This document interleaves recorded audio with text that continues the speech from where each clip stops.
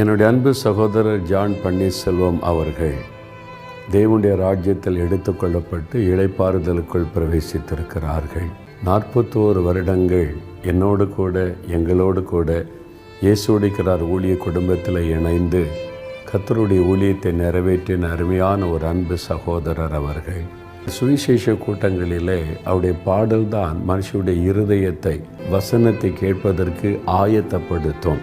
அவர்கள் தேவனுடைய ராஜ்யத்தில் பிரவேசிப்பதற்கு முந்தின நாள் 1-2 நாட்களுக்கு முன்பாக நம்முடைய ஊழிய அலுவலகத்துக்கு வந்து எல்லாரையும் பார்த்துருக்குறாங்க. அப்பொழுது கடைசியாக சொன்ன வார்த்தை, நம்முடைய ஊழியத்தில் உள்ள ஒரு மூத்த சகோதரரை பார்த்து சொல்லியிருக்கிறாங்க, நான் ஆயத்தமாக இருக்கிறேன் தம்பி, ஆண்டவர் எப்போ கூப்பிட்றாரோ பல்லவத்துக்கு போயிடணும்.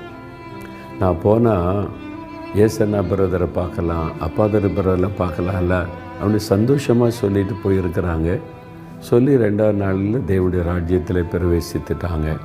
அவருடைய மனைவிக்காக, மகன், அவருடைய குடும்பத்தினுடைய ஆறுதலுக்காக நீங்கள் ஜெபித்து கொள்ள உங்கள் அன்பாய் நான் கேட்டுக்கொள்கிறேன்.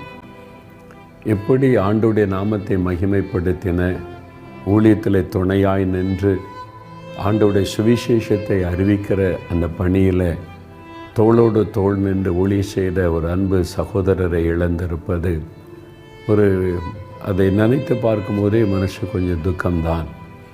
ஆனால் அவங்க சந்தோஷமாக அந்த மரணத்தை சந்தித்து ஆண்டோடைய ராஜ்யத்தில் இருப்பதை நினைத்து நான் ஆண்டவரை துதிக்கிறேன்.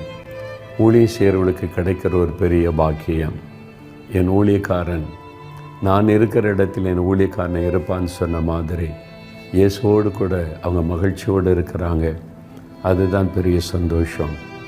இந்த நேரத்தில் அவருடைய குடும்பத்திற்காக நீங்களும் ஜெபித்து கொள்ள உங்கள் அன்பாய் நான் கேட்டுக்கொள்கிறேன். ஆமென். கலங்கிடும் மாந்தரே கண்ணீர்